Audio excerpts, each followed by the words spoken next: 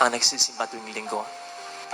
Alam niyo po ba na sa wikang Grego, ang original na meaning ng Eucharistia o Misa ay thanksgiving, pasasalamat. So ibig sabihin, kaya pala tayo dapat magsimba at least minsan sa isang linggo, sa isang oras lang.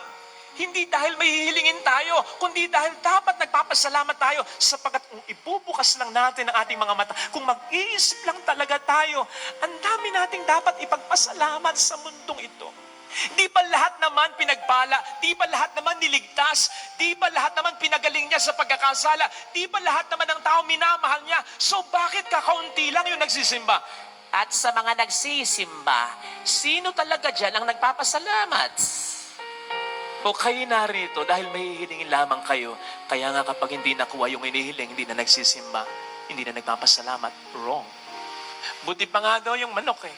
Yung manok, napansin niyo po ba? Kapag umiinom, tumitingala pa.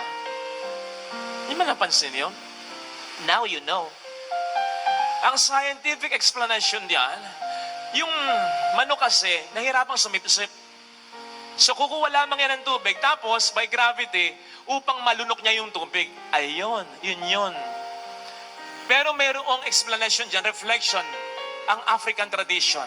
Sabi nila, buti pa ang manok, bago uminom, nagpapasalamat muna, na para bang, tubig, Lord, salamat sa tubig. Yuk. Yan. Eh tayo, nainom na natin, nasa pantog na natin, naiihi mo na, nakapagpasalamat ka ba? Kung ang ating mga magulang ay napaka-responsable para sa atin, tama karapatan natin bilang mga anak na tayo'y kanilang palakihin, bigyan ng magandang kinabukasan. Pero kung napagod sila, kung inisip nila ang sarili nila sapagkat iniwan sila ng ama mo, ng nanay mo, ay nako, bahala na kayo, isipin ko lang yung sarili ko. May magagawa ka? Pero kung una ka pa rin sa isip niya, bago ang sarili niya, bilang ama, bilang ina, pasalamatan niya. Kung meron kang anak na napaka-galang, napaka-masunurin, salamat ka kasi hindi lahat ng anak dyan yan. May mga responsable, napakababait na mga magulang, pero suwail ang mga anak. At kung bakit ba, kung minsan kayong mga magulang, sasabihin mo, subukan niya, Father, na hindi ako igalang, makatitikim siya. Dati yun, nung bata-bata siya, nasasabi mo yan. Eh ngayon, matanda ka na, mahina ka na, siya ang malakas na, siya ang mas may pera na, binibigyan ka na lamang niya. Kung hanggang ngayon, ginagalang ka niya, hindi dahil takot siya, kundi dahil ikaw ay mahal niya.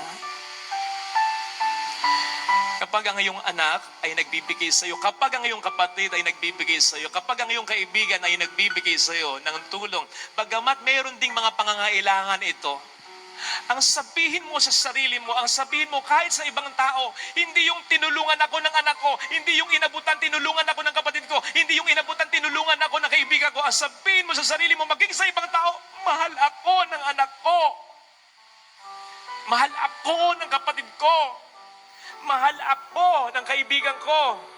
Hindi tulong lang yon, pagmamahal yun.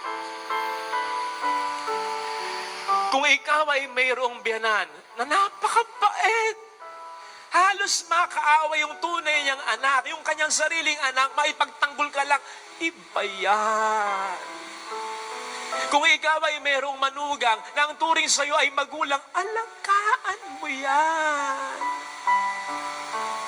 Kung ikaw ay niloko, isipin mo na lang, hindi ikaw ang nanloko.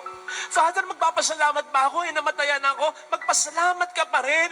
Kasi kaya ka umiiyak sapagkat ang sakit nung nangyari. At ba't ka masasaktan kung hindi mabuting tao yung namatay?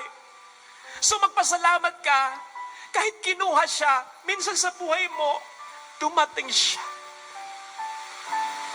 Kung pwedeng ipahiram yan sa iba, pero sa'yo pinahiram sa iyong pamilya. Kaya kahit wala na siya, magpasalamat ka sa Panginoon.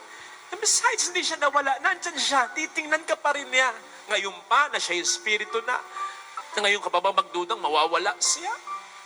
Kapatid, kapag meron tayong mga taong ganito sa buhay natin, I suggest, minsan titigan mo lang, pagmasdan mo lang, habang tinititigan mo, tumingala ka sa itaas at sabihin mo sa Panginoon, Lord, salamat. Asawa ko ito, anak ko ito, nanay ko ito, tatay ko ito, kapatid ko ito.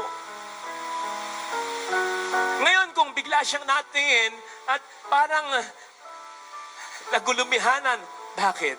Nagtanong sa'yo ng bakit, ngitian mo lang.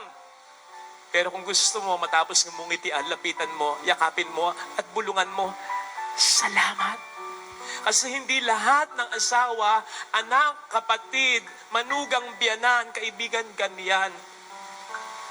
And mind you, walang kinalaman dyan yung kabutihan mo. May kinalaman pero konti lang. Kasi may mga kilala tayo na kahit napakabuting ama, ina, asawa, napakabuting tao, niloko pa rin, sinaktan pa rin, kinalimutan pa rin, hindi pa rin pinagtanawan ng utang na loob.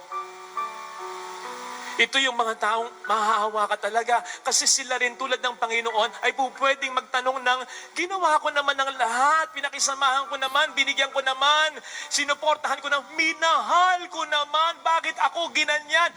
Yung tanong pa naman na pinakamahirap sagutin ay yung tanong na alam mo na ang sagot. Pero kung bakit paulit-ulit yung bakit, kasi hindi mo matanggap yung sagot kasi super sakit nung alam mong sagot. And that's life. It happens in life. Hindi mo kinakailangan maging perpekto para hindi ka saktan, para hindi ka iwan. Si Kristo, perpekto, pero naranasan ng lahat ng iyan. And so if you have been blessed with these amazing people in your life, thank them. At least, iparamdam mo sa kanila, you are proud of them. And never forget God. Sa pagkatandaan natin, tulad ng sinasabi ni St. Paul sa ating second reading, hindi tayo kailanman naging tapat.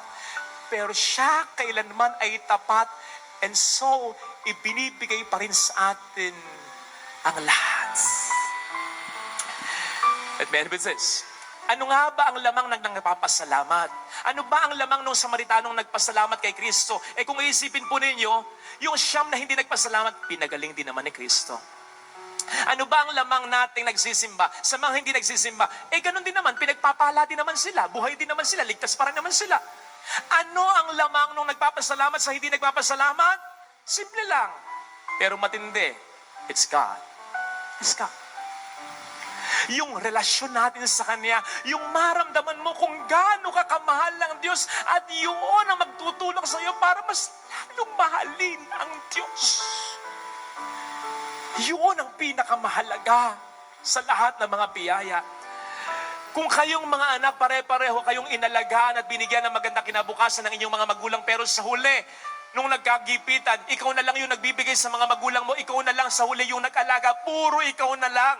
Pwede mo bang sabihin, teka, lugi ako. Lahat naman tayo inalagaan ng ating mga magulang at binigyan ng magandang kinabukasan. Kung bakit ngayon, ako na lang ang nagbibigay sa kanila, ako na lang ang nag-aalaga sa kanila. Ibig sabihin, lugi ka. No. Lamang na lamang ka. Kung may pagkukulang man sila, bahala sila. Sila ang magdadala. Pero ikaw lamang na lamang ka. Sapagkat bukod sa katulad ng mga kapatid mong naranasan ng pagmamahal ng mga magulang mo, sa huli, ang nasa sayo ay ang mga magulang mo mismo. Besides, ano man ang gawin natin, ano man ang sakripisyong ibigay natin, ano man ang hirap na matamo natin, hindi natin kayang suklian man lang o gantihan ang lahat ng ibinigay sa atin ng Poong May Kapal. At ang lahat ng mga ibinigay sa atin ng mga taong sa atin ay tunay na nagmahal. Ito sana ang makita natin bilang biyaya at bilang dahilan upang tayo magpasalamat. Ilagay natin.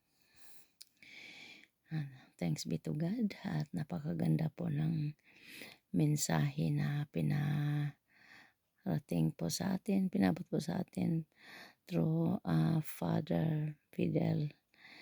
Kaya nararapat lamang po nating pasalamatan ng ating Diyos na buhay sa lahat ng mga biyaya na ating natatamasa, sa lahat ng tulong sa ating mga magulang, sa mga kaibigan.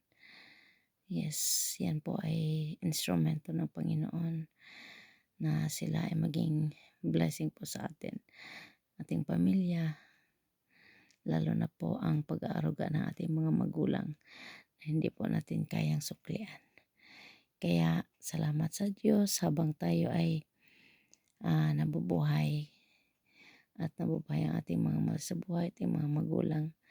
Atin silang pagkamahalin, tulungan at ipadama po natin ang pagmamahal na galing sa ating Diyos.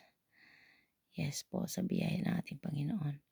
Maraming salamat po. Pagpalain po tayong lahat at sa lahat ng nanonood at nag-subscribe po sa ating Inspiration Channel. God bless us all. God bless po sa inyo lahat.